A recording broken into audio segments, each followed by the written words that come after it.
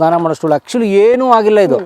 ಕುತ್ಕೊಂಡು ನೀರು ಹಾಕೊಂಡು ಈ ಪ್ಲಾಸ್ಟಿಕ್ ಇದೆಯಲ್ಲ ಇದು ಫ್ಲಶ್ ಡೋರ್ಸ್ ಇವೆಲ್ಲ ರೈಲ್ವೆ ಬಂದಿರೋ ಬೆಡ್. ಹಾರ್ಪಿಟ್ಟೆ ಸಪ್ರೇಟ್, ಹಾರ್ಪಿಕ್ ಡಬ್ಬನೇ ಸಪ್ರೇಟಾ? ಯಾಕೆ? ಅದಕ್ಕೂ ಸ್ವಲ್ಪ ವ್ಯಾಲ್ಯೂ ಇದೆ. ನೀವು ಇಲ್ಲೇ ಇದ್ದೀರಾ ಇಂಥ ಕಡೆನೆ? ಸರ್ ಇದಾದ್ರೂ ಚೆನ್ನಾಗಿದೆ. ನಾನು ಒಂಟಿ ಜೋಪಡಿ ಹಾಕೊಂಡಿದ್ದೆ ತೋಪಲ್ಲಿ. ಇದೇ ನಿಮ್ಮ ಶಾಲೆ? ಹೌದು ಸರ್. ಯಾರ ಮೇಲೆ ಬರ್ತಾ ಇರೋದು? Teacher sir. ಏನಾಗಲಿ ಮುಂದೆ ಸಾಗುನಿ ನೀವು ಬಾದ್ಮೆ ಏನು ಎಲ್ಲರದ್ದು ಡೈರಿ ಬರೀತಾ ಇದ್ದೀರಿ ಸರ್? ಅವರು ಇವಾಗ ತೂಕ ಹಾಕಿದ್ರಲ್ಲ, ಅವ್ರವ್ರ ಬುಕ್ಕಲ್ಲಿ ಬರ್ಕೊಟ್ಬಿಡೋದು, ತಿಂಗಳಾದ್ಮೇಲೆ ಲೆಕ್ಕ ಮಾಡೋದು. ಅಂದ್ರೆ ಅವ್ರು ಎಷ್ಟು ತುಂಬಿದ್ರು ಅಂತ. ಅವ್ರವ್ರ ಮೂಟೆ ಇವಾಗ ತೂಕ ಹಾಕಿರ್ತಾರೆ.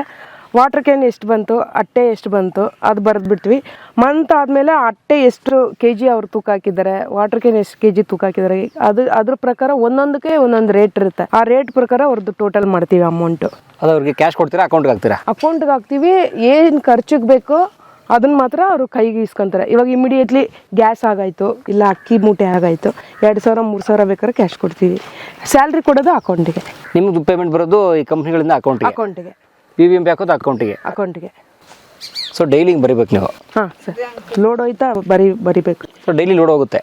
ಹಾಂ, ಕಂಪಲ್ಸರಿ ಯಾವುದೋ ಒಂದು ಮೆಟೀರಿಯಲ್ ಹೋಗ್ತಾ ಇರುತ್ತೆ ಸರ್. ಇದು ಪ್ಲಾಸ್ಟಿಕ್ಕು, ಅಂದರೆ ಅಲ್ಲಿ ನೀವು ನೋಡಿದ್ರಲ್ಲ ಮಿಕ್ಸ್ ಹಾಕಿದ್ರಲ್ಲ ಎಲ್ಲ ಪ್ಲಾಸ್ಟಿಕ್ಕು, ಇಲ್ಲಿ ಬಂದು ಸಗ್ರಿಗೇಟ್ ಮಾಡ್ತಾರೆ. ಇದು ಊಟದ ಡಬ್ಬ, ಇದು ಸರ್ಫ್ ಎಕ್ಸೆಲ್, ಕೋಕೋನಟ್ ಆಯಿಲ್ದು, ಹಾರ್ಪಿಟ್ ಇರುತ್ತೆ, ಫುಡ್ ಬಾಕ್ಸು. ಇದು ಪ್ಲಾಸ್ಟಿಕ್, ಓನ್ಲಿ ಪ್ಲಾಸ್ಟಿಕ್. ಇದರಲ್ಲಿ ನ್ಯಾಚುರಲ್ PP ಅಂತ ಇದನ್ನ ಸಪ್ರೇಟ್ ಮಾಡ್ತೀವಿ. ಊಟದ ಡಬ್ಬ ಇವು. ಊಟದ ಡಬ್ಬ, ಕ್ಯಾಪು ವೈಟ್ ಕಲರು ಸಪ್ರೇಟ್ ಮಾಡ್ತಾರೆ. ಅದಾದ್ಮೇಲೆ ಎಣ್ಣೆ ಕವರ್ ಸಪ್ರೇಟ್ ಮಾಡ್ತಾರೆ. ಇದು ಆಯಿಲ್ ಕವರು. ಅದರಲ್ಲಿ ಹಾಲ್ ಕವರ್ ಸಪ್ರೇಟ್ ಮಾಡ್ತಾರೆ. ಇದರಲ್ಲಿ ಹಾಲ್ ಕವರ್ ಇಲ್ಲಿದೆ, ಬರೀ ಹಾಲ್ ಕವರ್ ಸಪ್ರೇಟ್ ಮಾಡ್ತಾರೆ. ಅದಾದ್ಮೇಲೆ ಇದು ಪಾನಿ ಕಡಕ್ ಅಂತ, ಮಿಕ್ಸಿ ಜಾರ್ಸು, ಪೆನ್ನು, ಇದೆಲ್ಲ ಗಟ್ಟಿ ಪ್ಲಾಸ್ಟಿಕ್. ಗಟ್ಟಿ ಇದು ಹಾಡು ಇದು ಸಪ್ರೇಟ್ ಮಾಡ್ತಾರೆ. ಮತ್ತೆ ಹೆಲ್ಡಿ ಕವರ್ ಸಪ್ರೇಟ್ ಮಾಡ್ತಾರೆ. ಅದರಲ್ಲಿ ಕಬ್ನ ಸಪ್ರೇಟ್ ಮಾಡ್ತಾರೆ. ಟಿನ್ನು, ಲೈಟ್ ಟಿನ್ನು ಸಪ್ರೇಟ್ ಮಾಡ್ತಾರೆ. ಕಬ್ನ ಸಪ್ರೇಟ್ ಮಾಡ್ತಾರೆ. ಮತ್ತೆ ಪೇಸ್ಟ್ ಅದು ಸಪ್ರೇಟ್. ಮಾತ್ರ ಕವರ್ ಇದು ಸಪ್ರೇಟ್ ಮಾಡ್ತಾರೆ. ಇವನ್ನ ಅಲ್ಯೂಮಿನಿಯಂ ತರ ಇರೋಣ. ಹೌದು. ಮತ್ತೆ ಇದರಲ್ಲಿ ಹಾರ್ಪಿಟ್ಟೆ ಸಪ್ರೇಟ್. ಹಾರ್ಪಿಕ್ ಡಬ್ಬನೇ ಸಪ್ರೇಟಾ? ಯಾಕೆ ಅಂದ್ರೆ ಅದಕ್ಕೂ ಸ್ವಲ್ಪ ವ್ಯಾಲ್ಯೂ ಇದೆ. ಅದು ಸ್ವಲ್ಪ ವ್ಯಾಲ್ಯೂ ಇರೋದ್ರಿಂದ ನಮ್ಗೆ ಸ್ವಲ್ಪ ರೇಟ್ ಸಿಗುತ್ತೆ. ಅದರಿಂದ ಇದೆ. ಯಾಕಂದ್ರೆ ಒಂದು ಚೀಲ ಬಂದು 40 ರೂಪಾಯಿ ಸರ್. ಇದು ಒಂದು ಬ್ಯಾಗ್ ಬಂದು 40 ರೂಪಾಯಿ. ಅದರಿಂದ ಅದು ಸಪ್ರೇಟ್ ಮಾಡಿದ್ವಿ ಅಂದ್ರೆ ಅದರಲ್ಲಿ ಎಕ್ಸ್ಟ್ರಾ ಬರೋ ಅಮೌಂಟು ಅಟ್ಲೀಸ್ಟ್ ಒಂದು ಚೀಲಕ್ಕಾದ್ರೂ ಆಗುತ್ತೆ ಅನ್ನೋ ಇದ್ರಲ್ಲಿ. ಹೌದು ಸರ್, 40 ರೂಪಾಯಿ. ಇದು ಬಂದು 300 ರುಪೀಸ್ ಈ ಚೀಲ, ಈ ಬ್ಯಾಗು, ಖಾಲಿ ಬ್ಯಾಗ್. ಹೌದು ಸರ್. ಯಾಕೆ ಈ ಬ್ಯಾಗ್ ಯೂಸ್ ಮಾಡ್ತೀವಿ ಅಂದ್ರೆ ಎಷ್ಟೇ ಮಳೆ ಬರಲಿ ನೀರು ಒಳಕ್ ಹೋಗಲ್ಲ. ಇದರಲ್ಲಿ ವಾಟರ್ ಪ್ರೂಫ್. ಇದರಲ್ಲಿ ಒಳಕ್ ಹೋಗಲ್ಲ. ಅದರಿಂದ ಕೆಲವೊಂದು ಐಟಮ್ಗೆ ಇದನ್ನ ಯೂಸ್ ಮಾಡ್ತೀವಿ. ಇದಕ್ಕೆಲ್ಲ 40 ರೂಪಾಯಿ ಸರ್ ಒಂದು ಬೋರ. ಇಲ್ಲಿ ಇಷ್ಟು ಐಟಮ್ ಮಾಡ್ತಾರೆ. ಅದು ಮನೆನಾ? ಅಲ್ಲ ಸರ್, ಇದು ಮನೆ, ಅದು ಮನೆ. ಒಬ್ರು ಮನೆ ನೋಡಿ ಅಮ್ಮ, ನೀವು ಹೇಳ್ದಂಗೆ ನೋಡಿ, ಇದು ಸ್ಟೂಲ್ ಚೆನ್ನಾಗಿದೆ, ಸ್ನಾನ ಮಾಡೋ ಸ್ಟೂಲ್. ಹೌದು. ಸೊ ಇದನ್ನ ತಗೊಂಡು ಯೂಸ್ ಮಾಡ್ಬೋದು ಸರ್, ಬಳಸಬಹುದು. ಇದನ್ನ ನಾವು ಇಲ್ಲಿ ಆಫೀಸಲ್ಲಿ ಇಟ್ಟಿರೋದು, ಪ್ರತಿಯೊಬ್ಬರು ಮನೆಯಲ್ಲಿ ಇರೋದನ್ನು ರಿಯೂಸ್ ಸಾಮಾನು. ಆಮೇಲೆ ನೋಡಿ, ಇದು ಒಂದು ವಿಂಡೋ, ಇದಕ್ಕೆ ಗ್ಲಾಸ್ ಹಾಕಿ ನಾವು ಯೂಸ್ ಮಾಡ್ಬೋದು. ತಗೊಂಡೋಗಿ ಒಂದು ಫಿಟ್ ಮಾಡ್ಕೊಂಡು ಬಳಸಬಹುದು. ಚೆನ್ನಾಗಿದೆ, ಚಾನಲ್ ಎಲ್ಲ ಚೆನ್ನಾಗಿದೆ, ನೀಟಾಗಿ ನೋಡಿ. ಇದು ಚೆನ್ನಾಗಿದೆ ನೋಡಿ ಸ್ಟೂಲ್. ಇದು ಸ್ನಾನ ಮಾಡೋ ಸ್ಟೂಲ್. ಆಕ್ಚುಲಿ ಏನೂ ಆಗಿಲ್ಲ. ಇದು ಇಲ್ಲಿ ಕುತ್ಕೊಂಡು ನೀಟಾಗಿ ಕುತ್ಕೊಂಡು ನಮ್ಮ ವಾಶ್ರೂಮ್ ಅಲ್ಲಿ ನೋಡಿದ್ರಲ್ಲ ಚೇರ್ ಸರ್, 3 ವರ್ಷದಿಂದ ನಾನು ಯೂಸ್ ಮಾಡ್ತಾ ಇದ್ದೀನಿ. 3 ವರ್ಷಕ್ಕೆ ಮುಂಚೆ ಡ್ರೈವರ್ಸ್ ಅಲ್ಲಿ ಬಂದಿರೋದು. Very nice. ಆಮೇಲೆ ಇದು ನೋಡಿ, ಈ ತರ ಹಾಕಿದಿರಲ್ಲ ಇಲ್ಲಿ, ಇದು ನೀವು ನಮ್ಮದೊಂದು ಪುಟ್ಟದೊಂದು ತೋಟ ಇದೆ. ತೋಟದಲ್ಲಿ ಮನೆ ಕಟ್ಟಬೇಕು ಅಂತ ಅನ್ಕೊಂಡಾಗ ಇಲ್ಲಿ ಇಲಿಯಾಸ್ ನಗರ ಅಂತ ಇದೆ, ಕನಕಪುರ ರೋಡ್, ಸಾರಕ್ಕಿ ಹತ್ರ ಇಲಿಯಾಸ್ ನಗರ. ಅಲ್ಲಿ ಮರದ ಐಟಮು, ಕಬ್ಬಣದ ಐಟಮ್ ಎಲ್ಲ ಸೆಕೆಂಡ್ ಹ್ಯಾಂಡ್ ಮಾಡ್ತಾರೆ. ನಾನು ಹೊಸದು ಏನಾದ್ರು ತೊಗೊಂಡ್ರೆ ವುಡ್ ವರ್ಕ್, ಕಿಟಕಿ ಬಾಗಿಲೆಲ್ಲನೂ ಅದಕ್ಕೆ ಮತ್ತೆ ಮರ ಕಡಿಬೇಕು, ಮತ್ತು ಪರಿಸರ ನಾಶ ಅಂಥೇಳಿ ಅಲ್ಲೋಗಿ ಹುಡುಕೊಂಡು ಇಲಿಯಾಸ್ ನಗರದ ಆ ಹಳೆ ಸ್ಕ್ರ್ಯಾಪ್ ಸೆಕೆಂಡ್ಸ್ ಮಾರುವಂಥ ಜಾಗಗಳಲ್ಲಿ ಒಳ್ಳೊಳ್ಳೆ ಕಿಟಕಿ, ಒಳ್ಳೊಳ್ಳೆ ಬಾಗಿಲು, ಒಳ್ಳೊಳ್ಳೆ ರೋಲಿಂಗ್ ಶಟ್ರ್ ಬೇಕಿತ್ತು ನನಗೊಂದು ದೊಡ್ಡ ರೋಲಿಂಗ್ ಶಟ್ರು. ಆ ರೋಲಿಂಗ್ ಶಟ್ರ್ ಎಲ್ಲನೂ ಅರ್ಧ ಬೆಲೆ. ಅದು ನಮ್ಗೆ ರೇಟು ಉಳೀತು, ಮತ್ತು ಈಗ ಮಾಡುವ ಆ ಕೆಲಸನೂ ಬರೋಲ್ಲ. ಅಷ್ಟು ಗಟ್ಟಿ ಮರ, ಅಷ್ಟು ಒಳ್ಳೆ ವರ್ಕ್. ಅದು ಯಾವ ದೊಡ್ಡ ಮನೆಗಳು ಕಿತ್ತಿದ್ದು ಅದೆಲ್ಲ ತೊಗೊಂಡಿದ್ವಿ. ಅಂದರೆ ಆ ಥರ ಈಗ ಬಂದು ನೀವು ನೋಡಿದ್ರೆ ತುಂಬ ಚೆನ್ನಾಗಿದೆ. ಅದು ಈಗ ಮಾಡೋದ್ರ ಕ್ವಾಲಿಟಿ ಆ ಕ್ವಾಲಿಟಿಗೆ ಸರಿಗಟ್ಟಕ್ಕೆ ಸಾಧ್ಯವೇ ಇಲ್ಲ. ಜೊತೆಗೆ ನೋಡಿ ಮೆಟೀರಿಯಲ್ ನೋಡಿ, ಈ ಪ್ಲಾಸ್ಟಿಕ್ ಇದೆಯಲ್ಲ, ಇದು ಫ್ಲಶ್ ಡೋರ್ಸ್ ಇವೆಲ್ಲ ಎಷ್ಟು ಚೆನ್ನಾಗಿದೆ. ಇವೆಲ್ಲ ಬಳಸ್ಬೋದು. ಅಂದರೆ ಜನಕ್ಕೆ ಹಳೇದನ್ನ ಮತ್ತೆ ಮರುಬಳಸೋಕೆ ಮನಸ್ಸು ಬರಬೇಕು. ನಮಸ್ತೆ ಅಮ್ಮ, ನಿಮ್ಮನೆ ಆಪ್ಕಾ ಘರ್ हमारा तो क्या नाम आपका? मुनरा खत्म कहाँ से आप? आसाम असम से आप भी? ओ ಇಲ್ಲಿ असम जास्ती इधर है। अच्छा, आपका घर देख सकते हैं? हमारा रूम है हाँ, आ सकते हैं अंदर? हाँ ಹಾಗೆ ನಿಮ್ಮ ಸ್ಟಾಫ್ ಮನೆ ಹೌದು ಸರ್. ನೀವೇ ಕಟ್ಕೊಡ್ತಾ? ಸರ್ ನಾನು ಇಲ್ಲೇ ಇದ್ದೀನಿ ಫಸ್ಟ್. ಹೌದು ನಾವೇ ಕೊಟ್ಟಿರೋದು ಈ ತರ ಮರಗಳಲ್ಲಿ ಅವ್ರಿಗೆ ಹಾಕ್ಬಿಟ್ಟಿರ್ತೀರಾ? ಮಂಚ ಹಾಕಿ ಬೆಡ್ ಗಿಡ್ ಎಲ್ಲ ರಿಯೂಸ್ ಅಲ್ಲಿ ಇದರಲ್ಲಿ ಡ್ರೈ ವೇಸ್ಟ್ ಅಲ್ಲಿ ಏನ್ ಬಂದಿದೆಯೋ ಅದನ್ನೇ ಯೂಸ್ ಮಾಡ್ತಾರೆ ಸರ್. ಏನೇನು ಬಳಸಿದಿರಿ ರಿಯೂಸ್?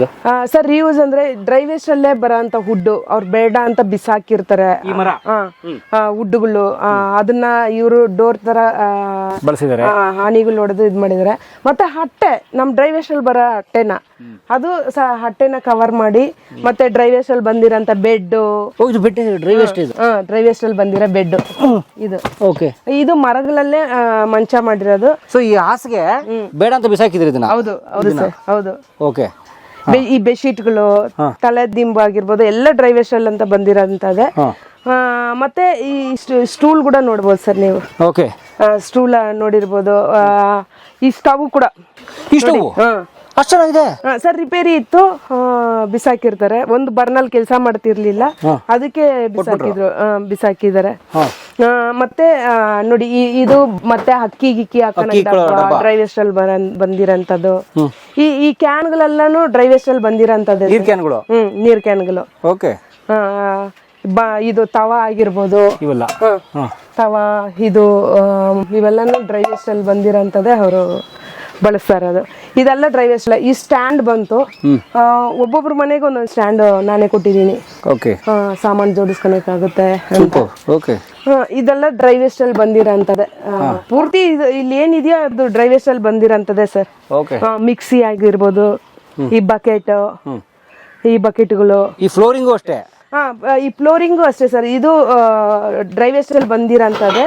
ಅದನ್ನ ಕಟ್ ಮಾಡಿ ಜೋಡಿಸಿರೋದು. ಓಕೆ, ಈ ಮರ, ಈ ಮರ ಮಳೆ ಬಂದ್ರೆ ಸೋರಲ್ಲ? ಇಲ್ಲ ಸರ್, ಮೇಲೆ ಟಾರ್ಪಲ್ 2-3 ಹಾಕಿರ್ತೀವಿ. ಬಹುಶಃ ಫ್ಯಾನು ಡ್ರೈ ವೇಸ್ಟ್ ಇರಬೇಕು.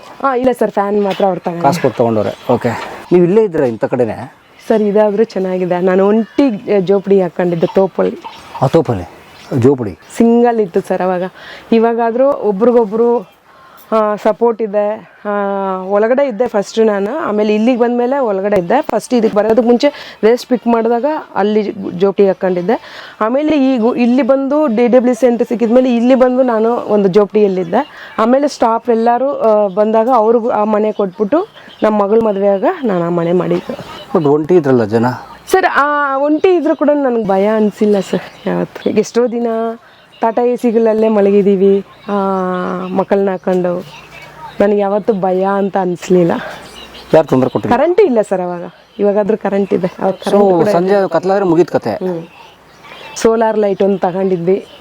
ಸೊಳ್ಳೆ ಪಳ್ಳೆ 2400 ರೂಪಾಯಿ ಕೊಟ್ಟು ಒಂದು ಸೋಲಾರ್ ಲೈಟ್ ತಗೊಂಡಿದ್ವಿ. ಸೊಳ್ಳೆಗಿಲ್ಲ ಇದೇ ಥರ ಸೊಳ್ಳೆ ಪರದ ಕಟ್ಕೊಂಡು ಮಲಗಿರ್ತಾ ಇದ್ವಿ. ಆ ಟಾಟಾ ಎಸಿ ಹಿಂದ್ಗಡೆ ಬಾಡಿಗೆ ಸೊಳ್ಳೆ ಪರದ ಕಟ್ಬಿಟ್ಟು ಸೈಡ್ಗೆ ಬಿಟ್ಬಿಡೋದು ಒಳಗೆ. ಟಾಟಾ ಎಸಿಗೆ ಸೊಳ್ಳೆ ಪರ್ದ ಅಯ್ಯಪ್ಪ ಕಟ್ಬಿಟ್ಟು ಮಲಗ್ತಾ ಇದ್ವಿ. ಇವತ್ತು ಇಷ್ಟು ಜನಕ್ಕೆ ನಾನು ಕೆಲಸ ಕೊಟ್ಟಿದ್ದೀನಲ್ಲ, ನಂತರ ಹೋಗಿ ಕಷ್ಟ ಬೀಳ್ದಿರ ಇವತ್ತು ಅವ್ರು ಚೆನ್ನಾಗಿದ್ದಾರಲ್ಲ ಅನ್ನೋ ಒಂದು ಖುಷಿ ಅಷ್ಟೇ ಸರ್. ಎಷ್ಟೊಂದು ಜನ ಬಟ್ ಅವರು ಖುಷಿಯಾಗಿ ಕೆಲಸ ಮಾಡ್ತಾರೆ, ಖುಷಿಯಾಗಿರ್ತಾರೆ. ಅದೊಂದೇ ಸಂತೋಷ ಇವಾಗ. ಅದಕ್ಕೆ ನಾನು BBMPಗೆ ಟ್ಯಾಂಕ್ಸ್ ಹೇಳ್ಬೇಕು, ನಮ್ಮ ಹಸಿರುದಲ್ಲ ಟ್ಯಾಂಕ್ಸ್ ಹೇಳ್ಬೇಕು ಅಷ್ಟೇ. ಬಟ್ BBMPಗೂ ಗೊತ್ತಿಲ್ಲ ನಾವು ಇಷ್ಟು ಜನಕ್ಕೆ ಕೆಲಸ ಕೊಡ್ತಾ ಇದ್ದೀವಿ ಅಂತ. ಏನೋ ಡೋರ್ ಟು ಡೋರ್ ಕಲೆಕ್ಷನ್ಗೆ ವೇಸ್ಟ್ ಸ್ಪೀಕರ್ ಕೊಟ್ಟಿದ್ದೀವಿ, SCG ಗ್ರೂಪ್ ಕೊಟ್ಟಿದ್ದೀವಿ, ಕಲೆಕ್ಟ್ ಮಾಡ್ತಿದ್ದಾರೆ ಅಷ್ಟೇ ಅಂತ ತಿಳ್ಕೊಂಡಿರ್ಬೋದು. ಬಟ್ ಅದರಿಂದ ಎಷ್ಟು ಫ್ಯಾಮಿಲಿ ಜೀವನ ಮಾಡ್ತಿದೆ ಅಂತ ಅವ್ರಿಗೆ ಗೊತ್ತಿಲ್ಲ. ಸೊ ಈ ಕಸನ ನಂಬ್ಕೊಂಡು ಡ್ರೈ ವೇಸ್ಟ್ ನಂಬ್ಕೊಂಡು ಬೆಂಗಳೂರಲ್ಲಿ ಎಷ್ಟು ಜನ ಇರಬಹುದು ಒಂದು ಅಂದಾಜು? ನೀವು ಕೇಳೋ ಪ್ರಶ್ನೆಗೆ ನಾನು ಟೋಟಲ್ ವೇಸ್ಟ್ ಅಲ್ಲಿ ಕೆಲಸ ಮಾಡೋರ್ನ ಹೇಳ್ತೀನಿ.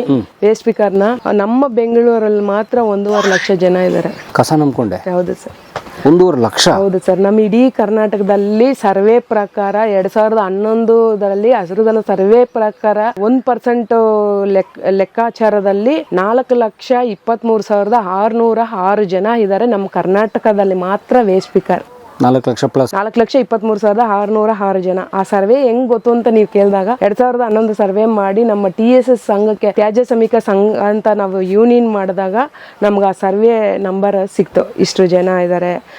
ಸಿಟಿಯಲ್ಲಿ 1%, ಹಳ್ಳಿ ಕಡೆ ಬಂದು 0.5% ಅಂತ ನಾವು ಲೆಕ್ಕಾಚಾರ ತಗೊಂಡಾಗ 4,23,606 ಜನ ನಮ್ಮ ಕರ್ನಾಟಕದಲ್ಲಿ ವೇಸ್ಟ್ ಸ್ಪೀಕರ್ ಇದ್ದಾರೆ.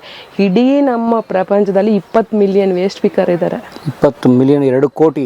ಹೌದು, ಇಡೀ ಜಗತ್ತಿನ ಕಸ ನಿರ್ವಹಣೆ ಮಾಡ್ತಾರೆ. ಹೌದು ಸರ್. ಆ ಸರ್ವೆ ಕೂಡ ನನಗೆ ಹೆಂಗ್ ಗೊತ್ತಾಯ್ತು ಅಂದ್ರೆ, ಪ್ಲಾಸ್ಟಿಕ್ ಟಿಟಿಗೆ ಹೋದಾಗ ಎಲ್ಲ ದೇಶದ ವೇಸ್ಟ್ ಸ್ಪೀಕರ್ ನಾವು ಅಲ್ಲಿ ಕೂಡಿ ಒಂದೊಂದು ದೇಶದಲ್ಲಿ ಏನು ಒಂದು ಈ ವೇಸ್ಟ್ ಮ್ಯಾನೇಜ್ಮೆಂಟ್ ಅಲ್ಲಿ ಪ್ರಾಬ್ಲಮ್ಗಳಿದೆ ಅಂತ ತಿಳ್ಕೊಂಡಾಗ ಅವ್ರವ್ರ ದೇಶದಲ್ಲಿ ಎಷ್ಟು ವೇಸ್ಟ್ ಸ್ಪೀಕರ್ ಇದ್ದಾರೆ ಅಂತ ಗೊತ್ತಾದಾಗ ನಮ್ಗೆ ಆ ಸರ್ವೆ ಕೂಡ ಇಷ್ಟು ಜನ ಇದ್ದಾರೆ ಅನ್ನೋದು ಗೊತ್ತಾಯ್ತು. ಬಹುಶಃ 2 ಕೋಟಿ ಜನ ಇಡೀ ಜಗತ್ತಿನ ಕಸ ತೆಗೆದೇ ಹೋದ್ರೆ ಇಡೀ ಜಗತ್ತು ಕಸ ತೊಟ್ಟಿ ಆಗ್ಬಿಡುತ್ತೆ. ಹೌದು ಸರ್, ಖಂಡಿತವಾಗ್ಲು. ಈ ಉದಾಹರಣೆ ಪೌರ ಕಾರ್ಮಿಕರು ಪ್ರತಿಭಟನೆ ಮಾಡೋ ಒಂದು 3-4 ದಿನ ರಜೆ ಹಾಕಿದಾಗ ಇಡೀ ಬೆಂಗಳೂರು ಅದೇ ನಾನು ಹೇಳಿದ್ನಲ್ಲ, ಒಂದು ದಿನ ನಾವು ಸಗ್ರಿಗೇಷನ್ ಮಾಡಿಲ್ಲ ಅಂದ್ರೆ ಈ ಜಾಗ ತುಂಬೋಗುತ್ತೆ.